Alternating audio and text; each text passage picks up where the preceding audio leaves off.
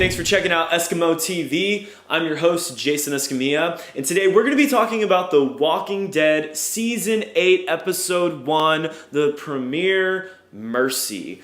And in this episode, we see that it actually follows up with the end of Season 7. We have Rick's group who is trying to overthrow Negan and the Saviors. We see that they devise and set up a plan and march forward into Negan's area. I thought that this was an okay episode. I think I expect more from a premiere, but I did like that they directly and immediately went to go confront Negan. I think I would have been really disappointed had they waited 3 or 5 episodes before we finally get to see them confront each other, because this war between these two groups has been going on for over a whole season already. So I think we as an audience just want to finally see Rick's army rise up and be victorious. However, the episode at the beginning was really slow. We saw that the setup of their plan took a while, and that was a drag for me to watch, having not seen this in over a year.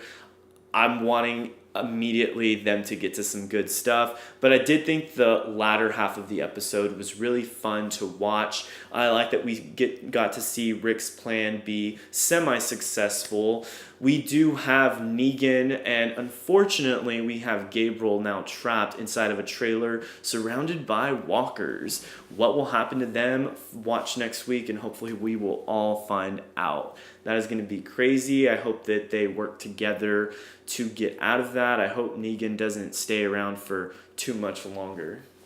I really liked Rick's team's idea to just show up with mobile fortresses. They can't just waltz into Negan's area. He has more people. They would die.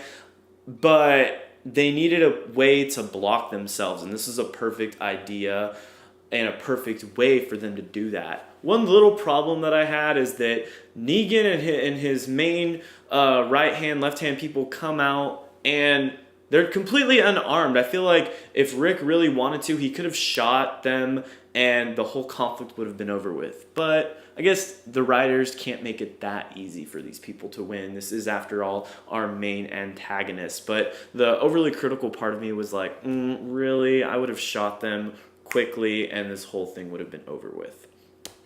I don't feel bad at all for Gabriel. I mean, it sucks that he was trying to be a good person and do something nice for Gregory, but we already saw Gregory's true colors when he announced that anyone that wouldn't surrender to Negan was going to be forced out of the colony. So I really think that with that, Gabriel should have just saved himself and left, but now, unfortunately, we have him trapped with Negan.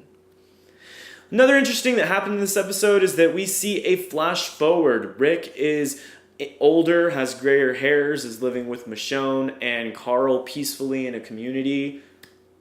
Is this a flash forward, or is this a vision that Rick is having? He does tell the group near the end of the episode that they will rise victorious against Negan's army. And is this flash forward that we're seeing something that is actually happening later on in the future?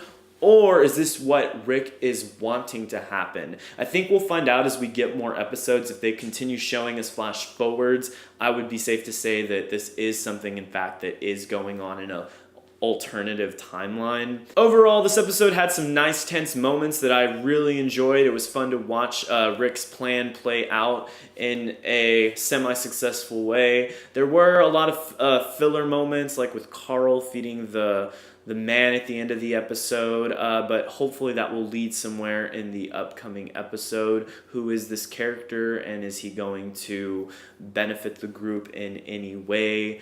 And with all of that being said, I'm going to give this episode of The Walking Dead a B-. That's what I thought about this episode. If you enjoyed this review, like this video and subscribe to Eskimo TV, where you can definitely look forward to more icy and chilly Walking Dead reviews each week.